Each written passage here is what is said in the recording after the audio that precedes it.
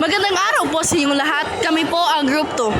At ang aming video lesson ay tungkol sa mga indikasyon ng taong masipag at nagpupunyagi sa paggawa.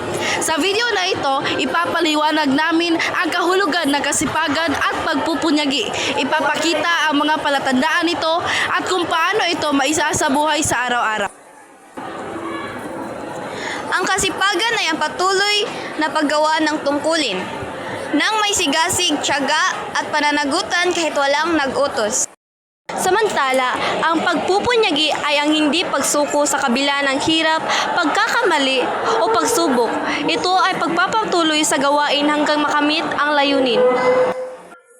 Halimbawa, ng isang mag-aaral na patuloy nag-aaral na kahit siya ay nahihirapan ay nagpapakita ng kasipagan at pagpupunyagi. Pagod na ako, pero tatapusin ko muna ang aking takdang aral hanggang gumagawin. Magaling anak, iyan ang pagiging responsable at masipag. Medyo mahirap ang project, pero kaya natin ito pag magtutulungan tayo. Oo, magplano tayo at tapusin natin ito sa tamang oras. May kunting walipas sa mga mukha, pero pwede mo ba ito ayusin? Salamat po sa payo at mas gagalingin ko pa. Go.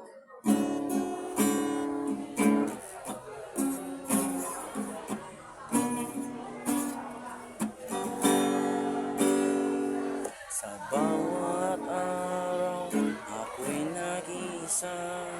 Bitbitang pagod pangarap sa aking mata. Minsan ay napaisip kung kakayanin pa, ngunit puso ko'y lumalaban. Maisasabuhay natin ang pagkasipagan at pagpupunyagi sa pamamagitan ng pagiging responsable sa pag-aaral, pagtulong sa gawaing bahay at pagtapos ng gawain sa tamang oras. Sa maliit na paraan tulad ng pag-aayos ng gamit at pag-aaral sa araw-araw, nahuhubog ang ugaling masipag at matyaga. Sipag at tiyaga, walang pangarap na hindi kayang abutin. Maraming salamat po!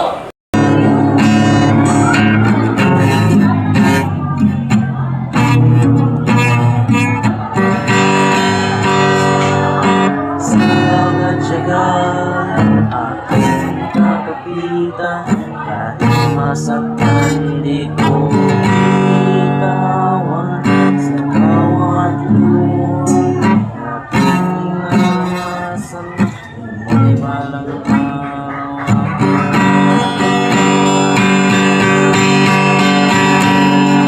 Salamat tiyaga, aking kakapitan. Kahit masaktan, di ko